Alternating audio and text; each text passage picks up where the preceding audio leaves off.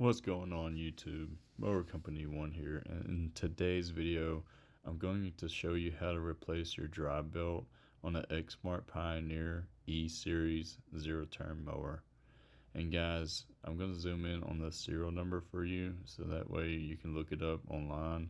But if you like what you see, you should definitely drop a like button and even subscribe to our channel. My dry belt definitely had some slack in it, so I ordered a new one, but looking up underneath the seat on the frame, it has a dry belt diagram, and that shows you how to put it back on. And guys, the first initial start, you're going to be working in the PTO clutch area, and I'll show you how.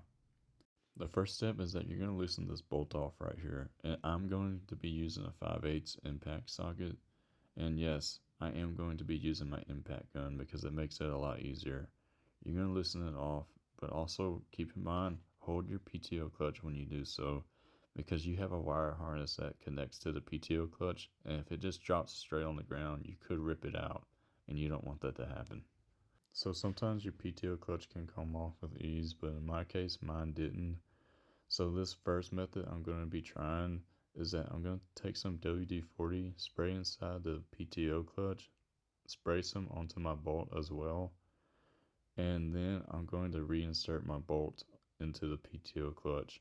Now what this method does is that when you take your impact gun and you tighten and loosen and just repeat that cycle like 3 or 4 times, that vibration should eventually break it where it can come loose, and you should be able to pull your PTO clutch off at that point.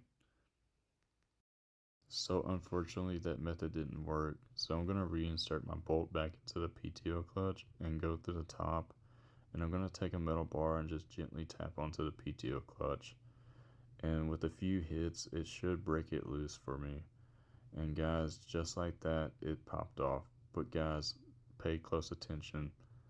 That little square thing, that is your machine key, and that has to go back into your PTO clutch, so don't lose it. So now that I got my PTO clutch off, there's a wire harness that is connected to it. You just want to take it off, and it takes off with ease. So the next step is that you're going to be removing your drive belt off of this pulley right here. And guys, this is your PTO clutch wire harness. Make sure you tuck that somewhere where it doesn't get damaged in the process of the removal of your drive belt. So right here, I'm showing you the layout of the whole drive belt system. And guys, it may look a little complicated, but I promise you it's not. And I'm going to show you how to get it off of these. So I'm taking my flat bar right here, and I'm just going to work it around this pulley until I can get my drive belt off of that pulley. And yes, I made a rookie mistake because I should have had my bolt in that crankshaft, and that way my pulley wouldn't have fell off.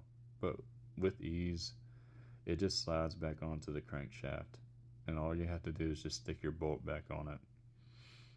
So the next part is that I'm just slowly removing this drive belt out from the pulleys and around my pumps.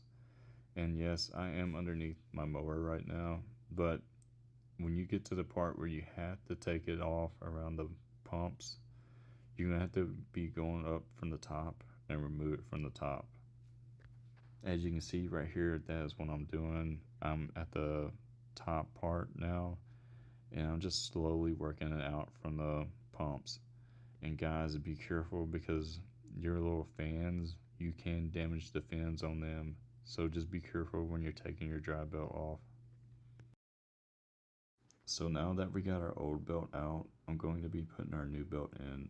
And you're just repeating all the steps in reverse at this point. So here I am at the top view again, and I'm just working my belt around the fan pulleys right now. And guys, remember, you can damage the fins on your fans, so just be careful when you're working around them. And I'm going to show you real quick this little picture diagram.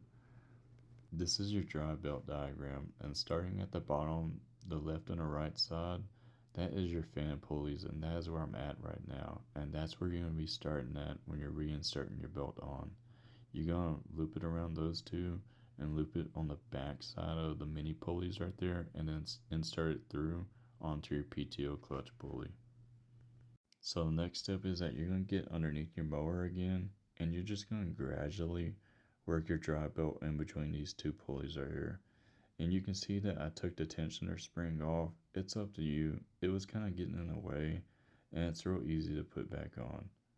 Probably too easy to put back on. So there may be a future video on how to replace a tensioner spring as well. And just like that, the drive belt's looped back through the way it should be.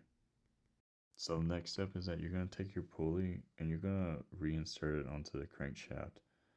And you can see that there's a groove on the crankshaft right there and on the pulley. Those need to be lined up when you have the drive belt onto the pulley and when you put the pulley back onto the crankshaft.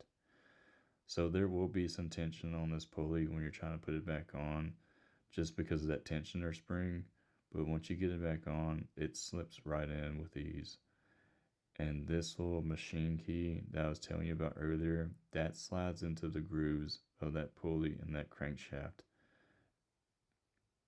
When you do that, you want to insert that machine key all the way into the pulley where it's flushed.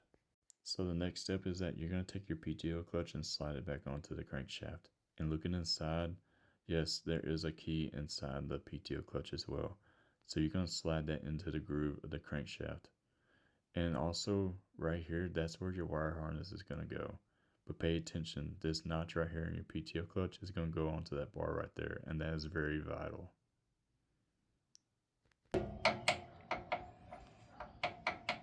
That amount of wiggle to it lets me know I got it on correctly.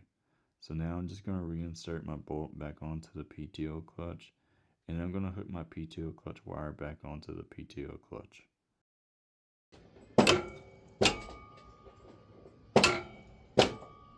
If you were wondering what that sound was, that was me engaging and disengaging my PTO, and that lets me know it's on correctly. So now I'm just going to torque it down.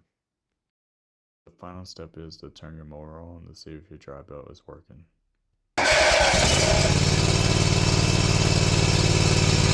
And just like that, it is working properly now. So guys, you just officially changed out your drive belt on an Exmark Pioneer. If you liked the video, please drop a like and even subscribe to our channel. And if this video was helpful, share it to others please. Thank you.